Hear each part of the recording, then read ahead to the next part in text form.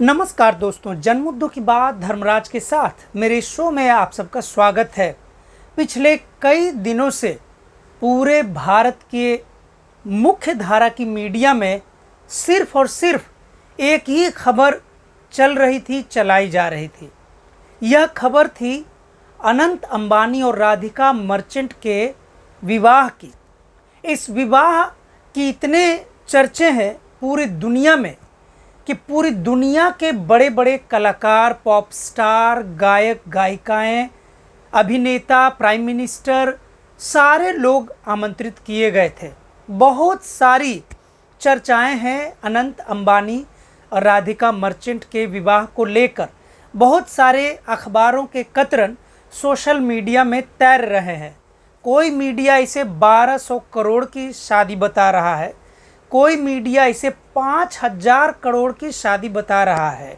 बहरहाल सच्चाई क्या है वह चंद लोगों को मालूम है, बाकी लोग कयास लगा सकते हैं। और जो वास्तविक जो खर्चे हैं वह तो खुद मुकेश अंबानी को भी नहीं पता होंगे, क्योंकि मुकेश अंबानी तो सीधे अपने कंपनी में, खासकर रिचार्ज कंपनी जो सीधे सीधे प्रॉफिट देती है, में 25% का इजाफा यानी बढ़ोतरी करके एक तरफ जनता से पैसे वसूल रहे हैं और दूसरी तरफ अपनी अमीरी की चर्चा पूरी दुनिया में करवा रहे हैं। आइए हम समझते हैं कि इस शादी को कैसे कैसे देखा जा सकता है। मुझे ध्यान आता है कि पूरी दुनिया में कई महंगी शादियां हुई हैं। कई बार बड़े बड़े स्टार बड़े बड़े जगहों पर जाते हैं और शादी करते हैं ताकि उनकी शादी यादगार बनी रहे। बल्कि कई बार तो ऐसा भी होता है कि जो बड़े घर के लोग होते हैं वो दूसरे प्रकार की मिसाल देते हैं। वह मिसाल देते हैं कि कैसे अमीर आदमी चाहे तो बहुत सादगी से भी जीवन जी सकता है और शादी कर सकता है। बल्कि रतन टाटा, जो भारत के आज भी सबसे रिस्पेक्टेबल इंडस्ट्रियलिस्ट माने जाते हैं, रतन टाटा ने तो अपने इंटरव्यू में कई बार कहा है कि उन्हें तो शादी के लायक कोई ऐसी नहीं मिली जिससे वो उन्हें लगा कि शादी कर सके, और उन्होंने यूं ही बिता दिया। शादी होने न होने के कई किस्से हैं, लेकिन अनंत अंबानी और राधिका मर्चेंट के शादी के किस्से पूरे भारत ही नहीं पूरी दुनिया में एक मिसाल बन गई है। जहां पर विदेशी अखबार साफ साफ लिख रहे हैं, बहुत सारे सैटायरिस्ट अखबार लिख रहे हैं कि जिस देश में आम आदमी का आय दिहाड़ी मात्र 200 से 300 रुपये है, जहां पर जिस देश में किसी प्रकार से कोई एक परिवार चल पाता है, मेहनत मजदूरी करके अपने परिवार का भरण पोषण कर पाता है, ऐसे में प्रतिदिन करीब 500 से 600 करोड़ खर्च करके शादी कौन करता है। एक इससे पहले की महंगी शादी जो याद आ रही है वह कोरोना वायरस में भी हुई थी, जिसका लागत शादी का खर्च 500 करोड़ रुपए था। वह शादी भी चर्चा में था, लेकिन वह शादी इतनी चर्चा में इसलिए नहीं हो पाई क्योंकि उसमें पूरी दुनिया से लोग नहीं आए थे।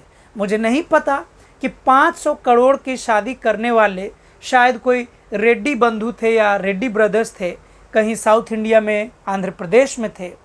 उन्होंने जो शादी किया उसमें उनकी हैसियत क्या जस्टिन बीबर को बुलाने की थी या नहीं, उनकी हैसियत रिहाना को बुलाने की थी या नहीं, उनकी हैसियत दुनिया के संगीतकारों को बुलाने की थी या नहीं, एक्टर्स को बुलाने की थी या नहीं, लेकिन मुकेश अंबानी ने पूरी दुनिया से लोगों को बुलाया। इतना ही नहीं, ऐसे ऐसे लोग मुकेश अंबानी के बेटे की शादी में पहुंचे जो भारतीय राजनीति के इतिहास को शर्मसार कर देता है, काले अध्याय के रूप में देखने पर मजबूर कर देता है। आपको लग रहा होगा कि किसी की शादी हो रही है और मैं उनकी शादी, उनकी अमीरी से जल रहा हूँ। बात ऐसी नहीं है।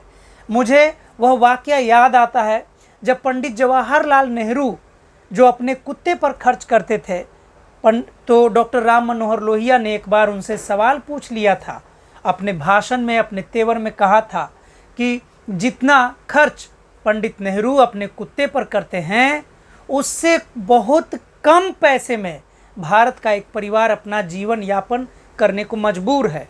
ये वही समाजवादी नेता थे डॉक्टर राम मनोहर लोहिया, जिनकी ऐसे जनता के लिए लड़ने भिड़ने के मादा, उनकी सोच, उनके विचार की ताकत ने भारत में समाजवादियों की नींव मजबूत कर दी, नींव गाड़ दी, नींव तैयार कर दी।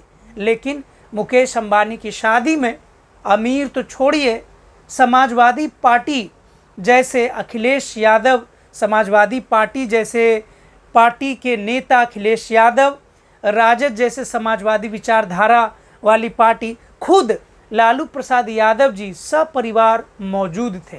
लालू प्रसाद यादव जी और अखिलेश यादव जी तो मुकेश अंबानी की शादी में ऐसे सपरिवार शिरकत करने पहुँचे जैसे हम लोग के यहाँ बिहार में गांव में कहा जाता है कि अगर किसी बड़े आदमी के यहाँ न्योता आता है, न्योता के यहाँ से न्योता आता है, तो जो कम अमीर होते हैं या गरीब घर के होते हैं या साधारण परिवार के होते हैं, वो चूल्हिया लेबार न्योता खाने जाते हैं। यानी कि अपना चूल्हा पूरी तरीके से बंद कर देते हैं कि सब कुछ उधर ही खाने जाएंगे। भले ही यह मेटाफर के रूप में मैं जो बिहार के गांव से जो परंपरा से ले रहा हूं, लालू यादव जी के प्रसंग में, अखिलेश यादव जी के प्रसंग में अक्षरशः सही नहीं हो, लेकिन उपमा के तौर पर चूल्हिया लेबार ही ये लोग पहुंच गए थे। जहां अभी 2024 लोकसभा चुनाव के पहले पूरे देश में कांग्रेस नेतृत्व यानी कि राहुल गांधी के नेतृत्व में अंबानी अडानी पर पूरे समाजवादी के लेकर इंडिया गठबंधन के विपक्ष के नेता, जहां मोदी जी और उनके दो मित्र ऐसा कहकर राहुल गांधी के इस अभियान में शामिल थे। दुख की बात है कि उसी मुकेश अंबानी की उस शादी में शामिल हुए सपरिवार खुशीपूर्वक, जिसकी शादी भारत की जनता को लूटकर, यानी कि खून पसीने की कमाई, पैसे को रिचार्ज के माध्यम से, अन्य प्रोडक्ट्स के माध्यम से लूटकर एक अदद शादी में खर्च किया जा रहा है। हर परिवार की ख्वाहिश होती है कि उनके बेटे की शादी यादगार हो, उनकी बेटी की शादी यादगार हो, लेकिन क्या यादगार होने की कीमत एक आम आदमी के पॉकेट के पैसे को निकाल कर की जानी चाहिए। सबसे कम से कम सुखद है कि कांग्रेस के शीर्ष नेतृत्व, भारत के विपक्ष के मुख्य नेता श्री राहुल गांधी इस शादी में नहीं पहुंचे। यह भी देखकर अच्छा लगता है कि बिहार के जनता दल यूनाइटेड के मुखिया यानी नेता श्री नीतीश कुमार, बिहार के मुख्यमंत्री भी मुकेश अंबानी की शादी में नहीं पहुंचे। हालांकि शादी में पहुंचना और न पहुंचना इस बात की गारंटी कतई नहीं है कि जो शादी में पहुंचे वे बड़े नव उदारवादी सोच के थे और जो नहीं पहुंचे वो पूंजीपति सोच के नहीं है। लेकिन कम से कम इस तरीके से मुकेश अंबानी के बेटे की शादी अटेंड करने के बहाने पूंजीपतियों के नज़रे में दरबार लगाना, कहीं से भी इतने बड़े बड़े समाजवाद की धारा, समाजवादी विचारधारा की उपज लालू प्रसाद यादव जी, अखिलेश यादव जी, इन लोगों पर अच्छा तो नहीं ही लगता है। बल्कि यह शर्मिंदगी की बात है कि जब पूरे देश में रिचार्ज बढ़ाकर, नेट का रिचार्ज, टॉक टाइम, जो मोबाइल रिचार्ज कराते हैं, बढ़ाकर पैसे बढ़ाए गए, जहां तेजस्वी यादव को इसके खिलाफ पूरे बिहार में आंदोलन करना था, जहां लालू प्रसाद जी को मुकेश अंबानी के इस रवैये के खिलाफ बयान देना था, जहां अखिलेश यादव को साफ साफ इसके खिलाफ भाषण देना था, वहीं ये सारे लोग उनके बेटे की शादी में भोज खाने चले गए।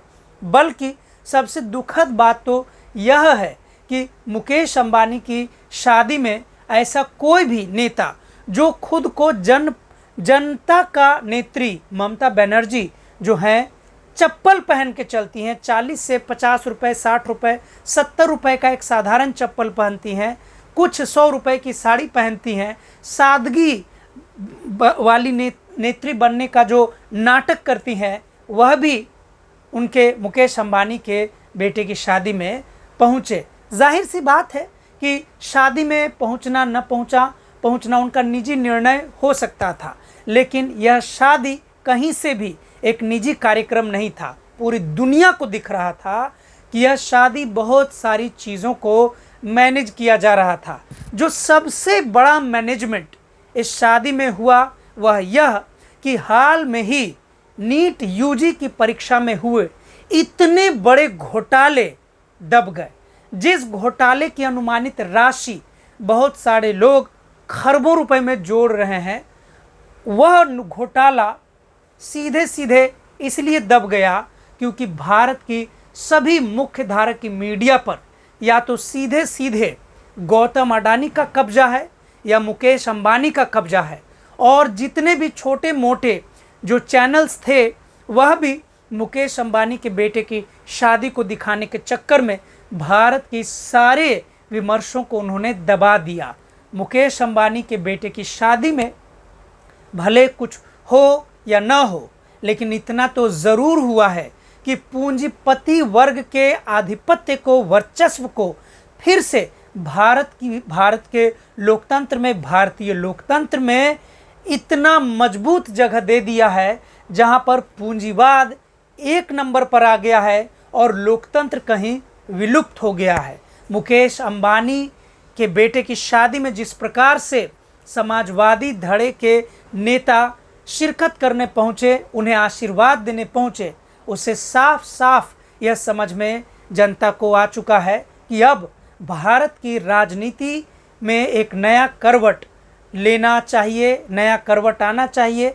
नए तेवर की ज़रूरत है, जिसमें राजद कहीं नहीं टिक पाएगी, समाजवादी पार्टी नहीं टिक पाएगी।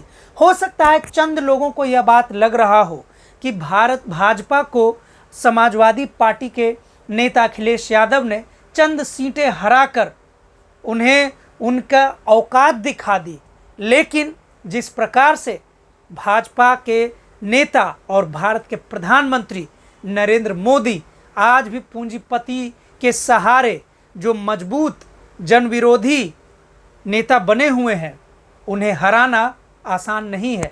किस मुंह से समाजवादी धड़े के नेता यह विरोध करेंगे कि मोदी जी का सरकार का मतलब खुद दो और उनके मित्र दो? यह कहना अब जनता को मूर्ख बनाने जैसा होगा। भारत के इतिहास में, समाजवादी राजनीति के इतिहास में आज का दिन, यह शादी का दिन काले अध्याय के रूप में याद किया जाएगा। डॉक्टर राम मनोहर लोहिया की विचारधारा पर चलने का नाटक करने वाले नेता कल को अगर कहेंगे कि वे आम आदमी की लड़ाई लड़ रहे हैं, तो लोहिया की विचारधारा को इससे बड़ा धक्का नहीं पहुंच सकता है। आज की विमर्श, आज की चर्चा यहीं तक। आगे फिर मिलेंगे किसी नए मुद्दे पर। तब तक के लिए शुक्रिया, धन्यवाद।